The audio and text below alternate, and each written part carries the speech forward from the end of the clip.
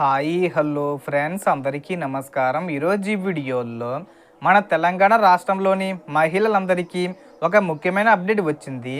మహాలక్ష్మి 2500 రూపాయలకు సంబంధించిన డబ్బులు ఎప్పుడు విడుదల చేస్తారు, ఎవరెవరు అర్హులు, ఏ డాక్యుమెంట్లు కావాలి, సో దానికి సంబంధించిన పూర్తి ఇన్ఫర్మేషన్ ఈ వీడియోలో తెలుసుకుందాం. వీడియోని ఎక్కడా కూడా స్కిప్ చేయకండి ఫ్రెండ్స్, అండ్ వర్డ్ చూడండి.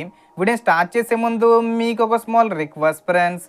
టీజీ గవర్నమెంట్ నుంచి మహాలక్ష్మి పథకానికి సంబంధించి మరియు ఇతర పథకాలకు సంబంధించి ఏ చిన్న అప్డేట్ వచ్చినా మీరు మిస్ కాకుండా ఉండాలంటే వెంటనే మన ఛానల్ని సబ్స్క్రైబ్ చేసుకోండి.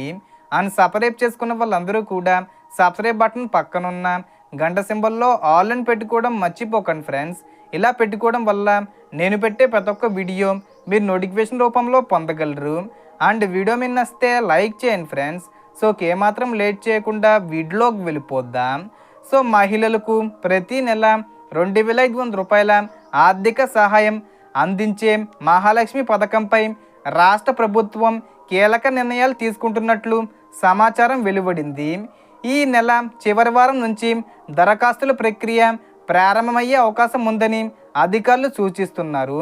ఇప్పటి వరకు ఈ పథకం ఎప్పుడు అమలవుతుందో అని ఎంతోమంది మహిళలు ఎదురు చూస్తుండగా తాజాగా సీఎం రేవంత్ రెడ్డి గారు అధికారులతో సమీక్ష సమావేశం నిర్వహించి ఏర్పాట్లు వేగవంతం చేయాలని ఆదేశించినట్లు తెలుస్తుంది.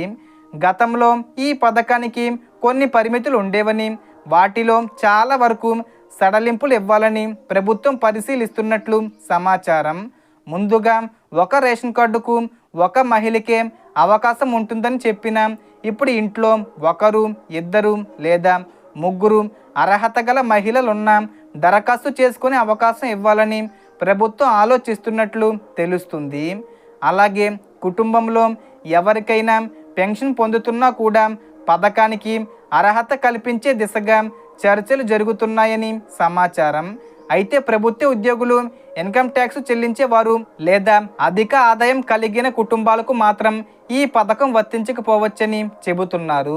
ఈ పథకానికి అప్లై చేయాలనుకునే మహిళలు ముందుగానే కొన్ని ముఖ్యమైన డాక్యుమెంట్లు సిద్ధం చేసుకోవాలని అధికారులు సూచిస్తున్నారు.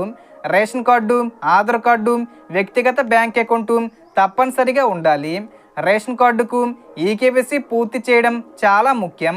దీనికోసం సమీప రేషన్ దుకాణానికి వెళ్ళి ఆధార్ కార్డు, రేషన్ కార్డు తీసుకొని వేలిముద్ర ద్వారా ఈకేవైసీ పూర్తి చేసుకోవచ్చు.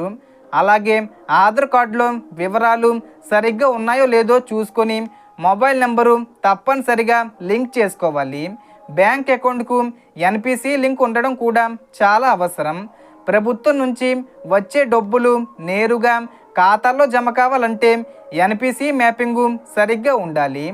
దీనిపై సందేహం ఉంటే బ్యాంకు లేదా పోస్ట్ ఆఫీసులో చెక్ చేసుకోవచ్చు. ఇప్పటికే కొంతమంది మహిళలు పోస్ట్ ఆఫీస్ అకౌంట్లు కూడా ఓపెన్ చేస్తున్నట్లు సమాచారం.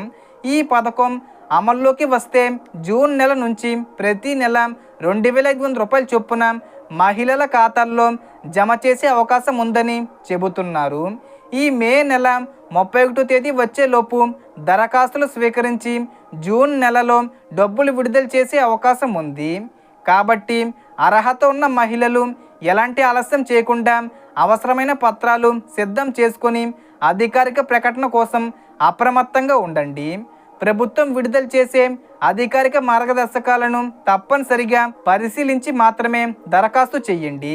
అలాగే ఈ సమాచారాన్ని మీ కుటుంబ సభ్యులు, బంధువులు, స్నేహితులతో పంచుకొని వారికి కూడా తెలియజేయండి.